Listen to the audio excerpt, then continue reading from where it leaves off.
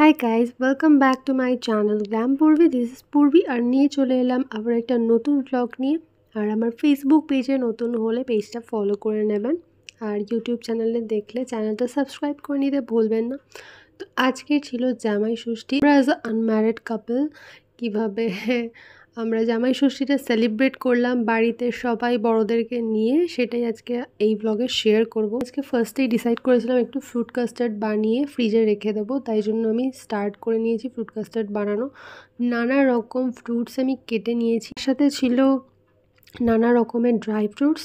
তো সেইগুলো মিক্সড করে নিয়েছি এই কাস্টার্ডের মধ্যে। তো ফার্স্টে এটা মিল্ক আর কাস্টার্ড পাউডার দিয়ে রেডি করেছিলাম, তারপরে ফ্রুটসগুলো খুব সুন্দর করে ছোট ছোট কেটে এটার সাথে মিক্সড করে নিচ্ছি, করে দেন এটাকে রাখবো ফ্রিজে রেখে এটা বেশ ঠান্ডা ঠান্ডা সার্ভ করলে খুবই সুন্দর খেতে লাগে। আর এখন আন্টি আর রাহুল চলে এসেছে, ওদেরই ইনভিটেশন ছিল আমাদের বাড়িতে, তো দুজনেই চলে এসেছে। আর ফার্স্টেই দিয়ে দিয়েছি এই ফ্রুট কাস্টার্ডটা খেতে, কারণ যেহেতু গরমে এসছে, বাইকেই এসছে, বাট স্টিল ওয়েদার তো খুব একটা ভালো না, গরমই ছিল।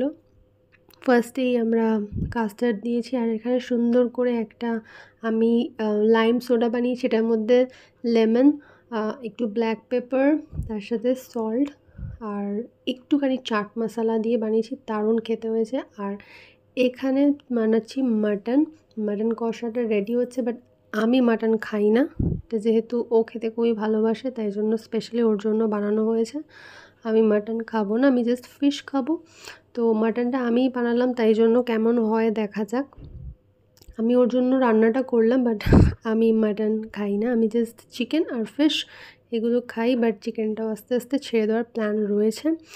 যেহেতু জিমে যাই তাই জন্য এখনও অবধি স্টিল আমি খেয়ে যাচ্ছি, বাট এরপরে একটা সাবস্টিটিউট কিছু খুঁজবো যে চিকেনের বদলে কি খাওয়া যেতে পারে, বাট জিমটা তো ছাড়া যাবে না।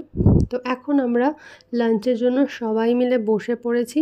এখানে ছিল নানা রকমের ভাজা, ডাল, মাছের কালিয়া, তারপরে ছিল মাটন কষা, চাটনি, পাঁপড়, আর সাথে স্যালাডটা কেটে রেখেছিলাম যেটা ফার্স্টেই দেখালাম।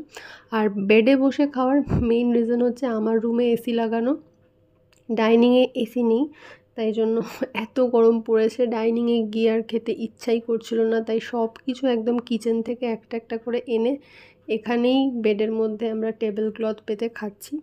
যেহেতু রুমটা খুব সুন্দর ঠান্ডা ছিল, এখানে বেশ মজা হচ্ছিল, এত কিছু রান্না করা হয়েছে, তারপরে ওরাও গরম থেকে এসেছে, তাই বেশ মজা করে খাওয়াটা গেছে। যদি ডাইনিংয়ে গিয়ে আমরা খেতাম আজকে পুরো সেদ্ধ হয়ে যেতাম খেতে খেতে। তো খাওয়ার পরে তো ফ্রুটটা মাস্ট। তো যেহেতু এখন জামাই ষষ্ঠীর সিজন, তো লিচু আর আম তো এখন প্রচুর পরিমাণে উঠেছে। খুব সুন্দর জিনিস দেখাই, সেটা হচ্ছে এটা ওর ওয়ালেট, আর ওয়ালেটে আমার ওর দুজনের ফটো ও রাখে, যেটা খুবই স্যাটিসফাইং আর মন থেকে খুবই ভালো লাগে।